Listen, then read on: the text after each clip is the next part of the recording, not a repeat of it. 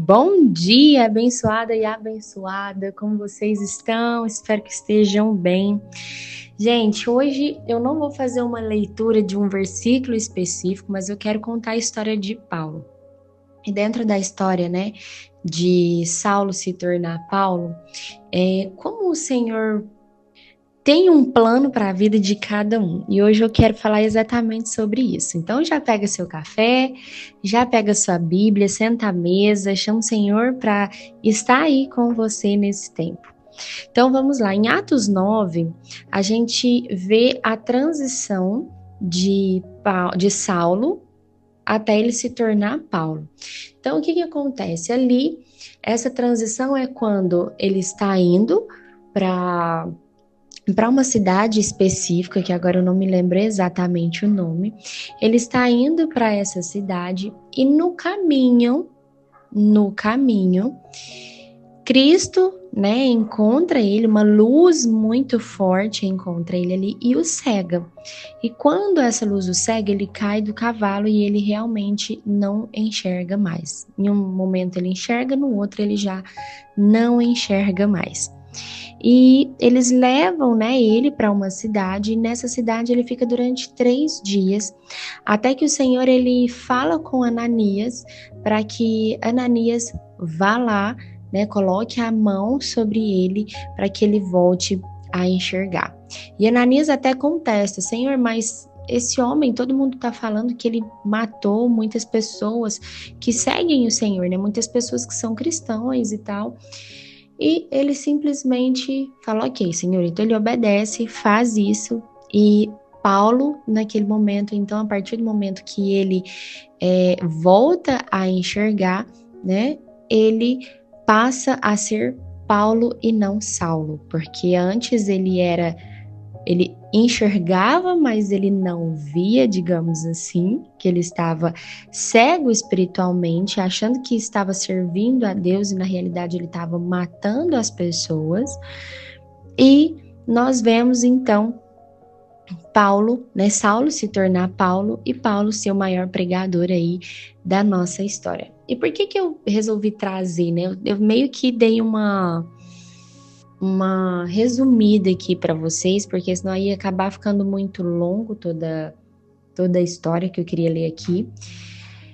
E o que eu quero trazer para vocês? Que Deus aqui, ele já tinha um plano na vida de Saulo, mesmo quando ele estava matando mesmo as pessoas, os cristãos. Cristo já tinha Deus ele já tinha um plano para Saulo antes mesmo dele nascer, né? A Bíblia fala muito sobre isso, que antes de qualquer um de nós nascermos, o Senhor ele já tem um plano perfeito para nós.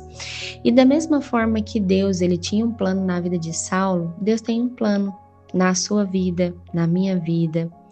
Então aqui a gente viu que Saulo fica cego, né, em um lugar de dependência de Deus. Ele cria, né, e ele acreditava em Deus ali naquele momento, mas ele agia de uma forma errada, de uma forma errônea, né? Então, Saulo, ele tinha um chamado, mas ele estava cego espiritualmente. E cego é todo aquele que não vê, não discerne e não tem consciência. Para a gente viver o novo de Deus, nós precisamos literalmente largar o velho.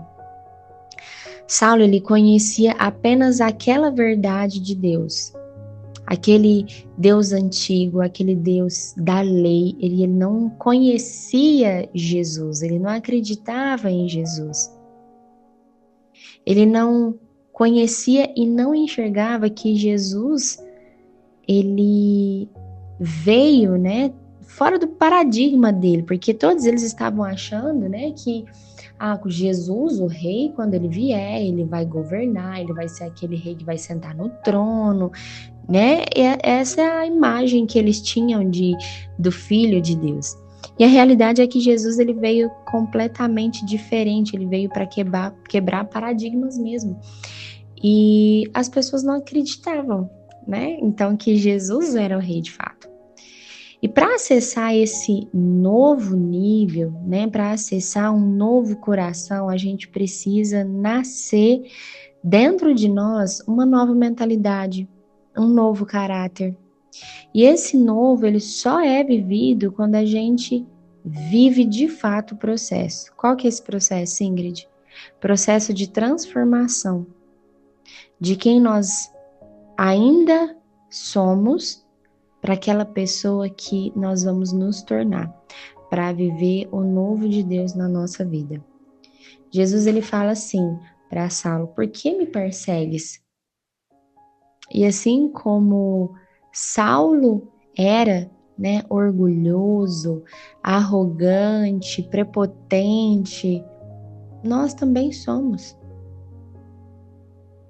E Jesus ali, ele o cega com uma luz muito forte. E eu quero te dizer, minha linda, onde há luz não há trevas. O Senhor o cegou para poder abrir os seus olhos. Vocês conseguem compreender? Ele tinha os olhos, entre aspas, abertos. Na visão dele, ele enxergava. Mas o Senhor precisou cegar ele com uma luz, aonde há luz não há trevas. E ali, quando o Senhor cegou ele com aquela luz, ele abriu os olhos espirituais de Saulo, que se tornou Paulo. E ele precisou deixar ele cego, vulnerável, precisando de outras pessoas. Ele se vê fraco, sair daquela narrativa que ele se contava para que as coisas pudessem mudar. Então vamos lá, primeiro ele era cego espiritualmente. Ele encontra Jesus, a luz de Jesus, né, do Espírito Santo, o cega. Ele tem a mente aberta para entender o que ele estava fazendo de verdade. Ele volta a enxergar, ele abre os olhos espirituais, ele começa a aprender com os pescadores. Ingrid, como assim? Assim que ele volta a enxergar, ele fala: eu vou servir a Deus. Só que ele precisava aprender sobre Jesus, como ele era, quem era ele. E então ele foi aprender com os discípulos, ele foi aprender com Pedro, uma pessoa que tinha um intelecto muito, né, bom, era uma pessoa que sabia, né, era uma pessoa estudada e tudo, simplesmente vai aprender com um pescador. Olha que lindo isso. A gente não tem que apontar o dedo para as pessoas menores ou maiores do que nós, a gente simplesmente tem que ter um coração ensinável. Ensinável. Depois, então, ele começa a levar e pregar sobre Jesus. Ele é julgado por muitos. Muitos viram a cara para ele. Por quê? Porque acham que ele é um mentiroso. Há uns dias atrás, há um tempo atrás, ele estava matando as pessoas e agora ele está pregando sobre Jesus. Ele estava matando as pessoas que estavam falando sobre Jesus e agora ele está pregando sobre Jesus. Então ele foi julgado. Depois ele cumpre o seu chamado, ele se torna o maior pregador. E ele deixa o seu legado para todas as próximas gerações. Todas as vezes que o Senhor deseja usar um vaso, usar o vaso escolhido, ele vai moldar esse vaso, ele vai moldar essa pessoa. Todos os vasos são feitos com a mão do oleiro dentro do vaso. Sabe por quê? Porque dói, remexe por dentro, mexe dentro das nossas estruturas. O Senhor nos permite estar vulneráveis, ser moldadas para nos transformar naquilo que Ele tem para a nossa vida. E o processo, ele é uma jornada, onde você tem ações objetivas para atingir determinado desejo. E aí agora eu te pergunto, o que você faz quando você acorda?